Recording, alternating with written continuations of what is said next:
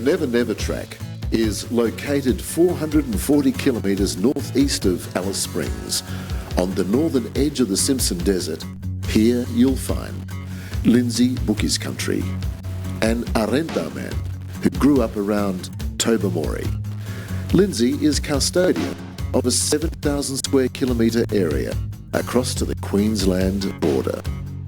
Lindsay is keen to share his culture, and with the assistance of his friend, Joel Fleming of Direct 4-Wheel Drive, offers intrepid travellers the chance to explore this patch of wilderness under their guidance. The track from Lindsay's camp, which has all mod cons, starts out as a super sandy desert highway, but soon dwindles.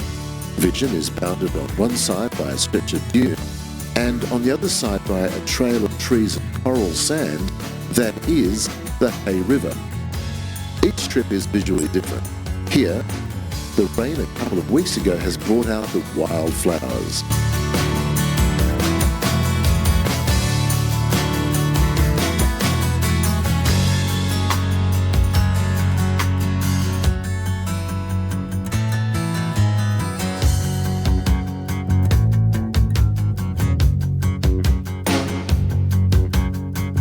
The desert is full of roaming camels brought in by explorers and early settlers.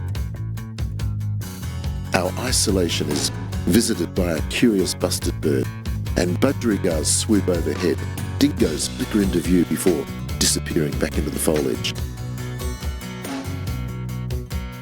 Lake Caroline is a special place.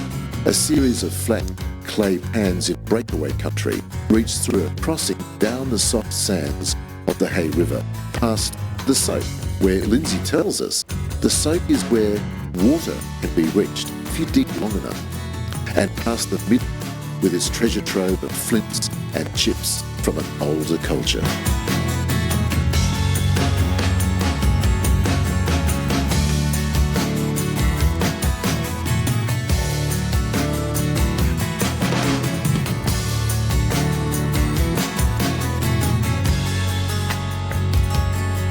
The trek to Mount Nucky has barely been travelled by Europeans since the explorers came through in the 1800s. Its condition reflects this roller coaster ride in country that belongs to the Aboriginal people, bush turkeys, camels, kangaroos.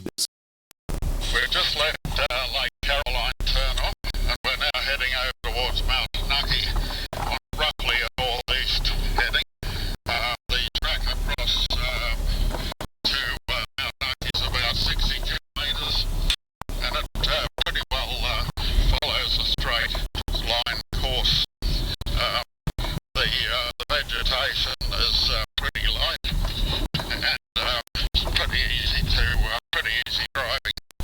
The country's very, very remote. It's,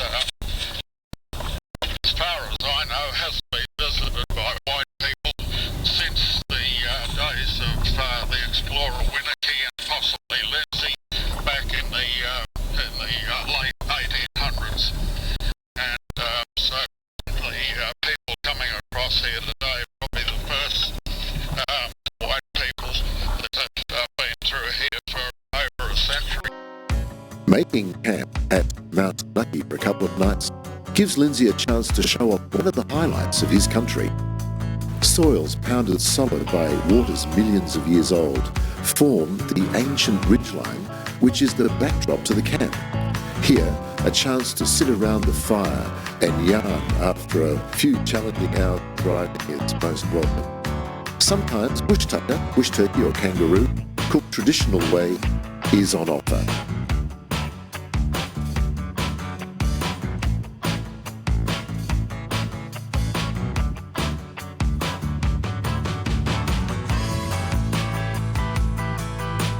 Lindsay's pride in his country and his ancestry shines through his quiet manner as he tells the story of his mother's grandfather who cut into this tree with a stone axe in pursuit of food like lizards and grubs. Yeah, they cut it. Stone axe. Okay. Cut that one. Yeah, he doesn't.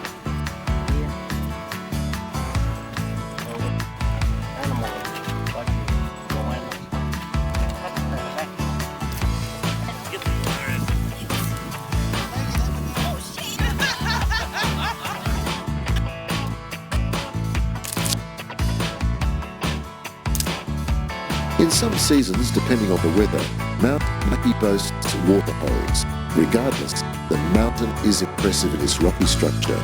Its caves sheltering bats and lizards, and the gullies where in an older time people used hard stone to scrape their symbols and art into the softer rock surface of the hillside.